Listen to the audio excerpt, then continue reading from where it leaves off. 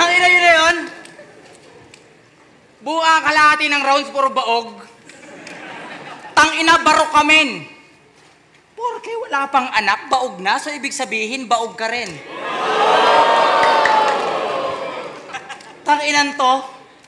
Mga sinasabi mo, nasosobrahan ka na sa boka. Nasobrahan ka na sa boka, bro. Pag ako pumunta sa inyo, bubuntisin ko yung lola mo. Sumusobra ka na, kanina ka pa, ha? Gago to, eh. Round 3 game! Game! Isa pa, game! Game! Putang ina, lakas, oh. May isa akong linya niyang paborito na sinabi niya kay Lip Cram. Sabi niya, palagi kang laglad sa isa buhay kasi kulang ka sa talent. Gusto mo mag-champion ng isa buhay? Magpasulat ka sa akin! Wak, wak, wow, wow, wow, wow, wow, wow, wow! Pagcha-championin pa daw. Paalala ko lang, ha, tinalo ka ni JD sa unang round. May linya pa siyang, mapipilayan tong pinsan parang DeMarcus Cousins. DeMarcus Cousins, ang husay mo sa angle. Mapipilayan daw yung cousin. E di kawawa naman yung uncle.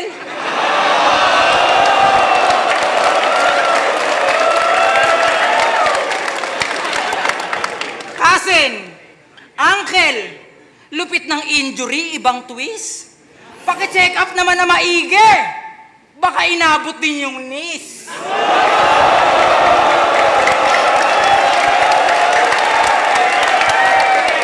Relative injury bars, mother, father.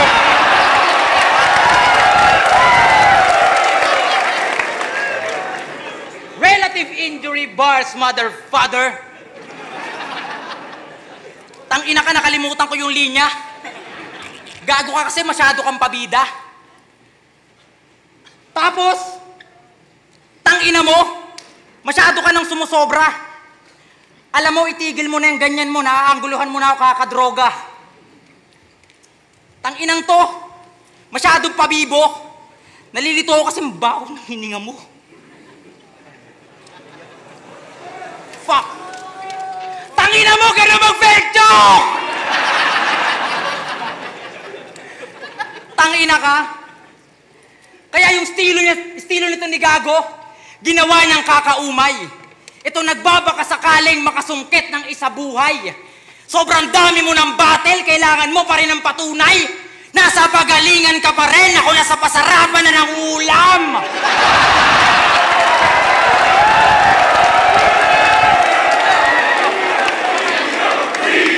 Tangina, may bars ka.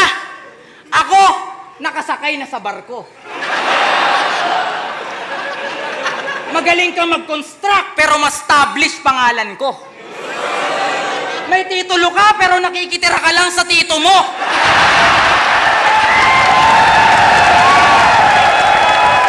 At tandaan mong hanggang multi ka lang. Naging multi-cab driver ako!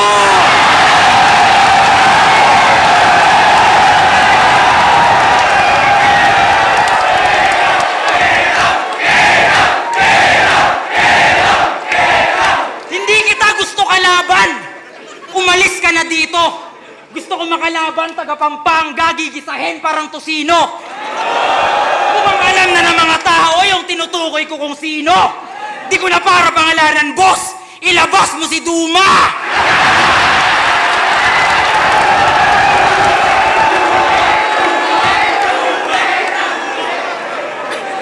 At last, kung sa tingin mo ito ang basihan ng pagiging tunay, para sa akin, ito ang kaibahan ng nanalo lang sa naghanap buhay.